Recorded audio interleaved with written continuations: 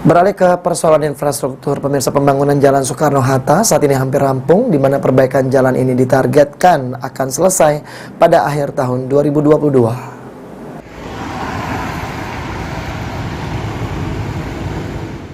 Perbaikan jalan di Jalan Soekarno-Hatta Palembang masih terus berlanjut dan belum usai. Perbaikan jalan di Jalan Soekarno-Hatta Palembang ini tak jarang terjadi kemacetan di ruas-ruas jalan yang sedang dalam perbaikan.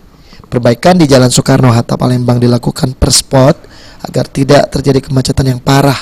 Dari target 8,2 km yang diperbaiki, sudah diperbaiki 7 km dan sisanya masih dalam proses perbaikan.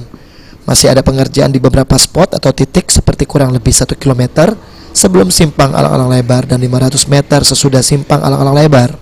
Setelah pengerjaan di Jalan Soekarno-Hatta nantinya selesai, maka rencananya akan dilakukan pekerjaan rigid lajur lalu lintas beralih ke arah Jalan Sultan Mahmud Badarudin II Palembang.